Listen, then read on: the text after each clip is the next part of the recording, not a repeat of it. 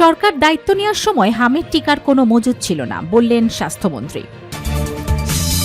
Family card বিতরণে গরিবদের বঞ্চিত করেছেন আমলারা, বললেন ডেপুটি স্পিকার। হামের উপসর্গে মৃত্যু, 7 হাসপাতাল ঘুরেও বাঁচানো গেল না সাজিদকে। সর্বশেষ জানাবো, ভারতে গরু আনতে গিয়ে নিখোঁজ, সীমান্তে যুবকের অর্ধগলিত মরদেহ উদ্ধার।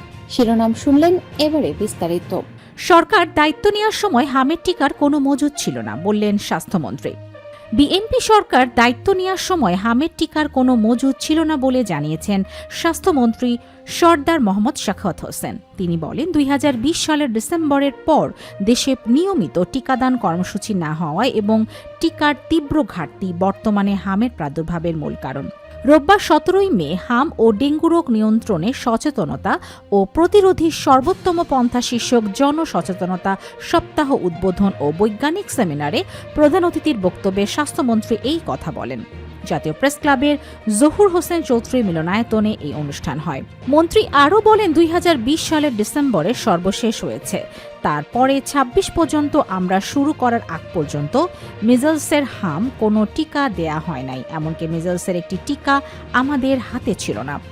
হামের প্রকোপ থেকে মুক্তি পেতে যথাযথ আইসোলেশন এবং পুষ্টি নিশ্চিতের উপর জোর দেন সরদার মোহাম্মদ সাখাওয়াত। এই সংক্রান্ত লিফলেট বিতরণ ও সামাজিক সচেতনতা বৃদ্ধির কাজ প্রত্যন্ত গ্রাম পর্যন্ত ছড়িয়ে দিতে ড্যাবের ডক্টর অ্যাসোসিয়েশন অব বাংলাদেশের প্রতি আহ্বান জানান। ফ্যামিলি কার্ড বিতরণে গরিবদের বঞ্চিত করেছেন আমলারা, বললেন ডেপুটি স্পিকার।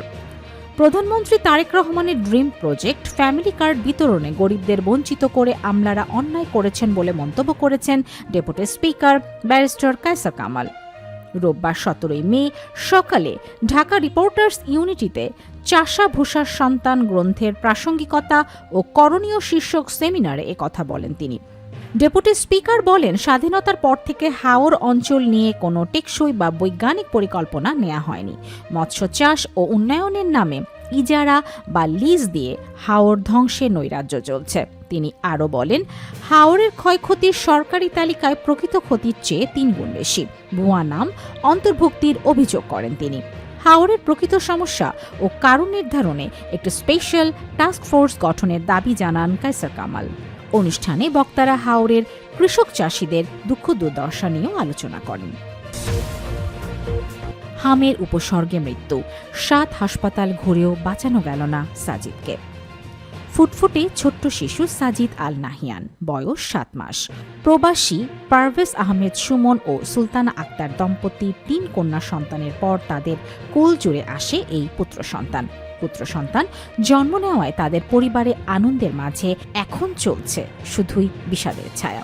তারা বলছেন, হামে আক্রান্ত হওয়ার পর 7টি হাসপাতাল ঘুরেও বাঁচানো যায়নি ওই শিশুটিকে। রোববার 17 মে সকালে ঢাকার একটি প্রাইভেট হাসপাতালের আইসিইউতে ওই শিশু মৃত্যুবরণ করে। এই দম্পতি কুমিল্লার 14গ্রাম উপজেলার মুন্সিরহাট ইউনিয়নের সিংরাইশ গ্রামের বাসিন্দা।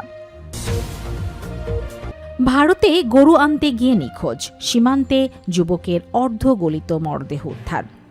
চাঁপাইনবাবগঞ্জের শিবগঞ্জ সীমান্ত এলাকায় নিখোঁজের 1 সপ্তাহ পর মোহাম্মদ শওকত আলী নামের এক যুবকের অর্ধগলিত মরদেহ উদ্ধার করেছে পুলিশ।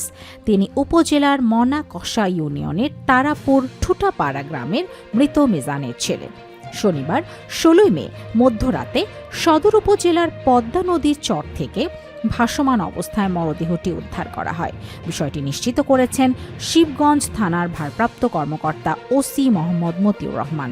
তিনি জানান, গত 9 মে অন্যদের সঙ্গে গরু আনতে ভারতের দিকে গিয়েছিলেন শওকত আলী।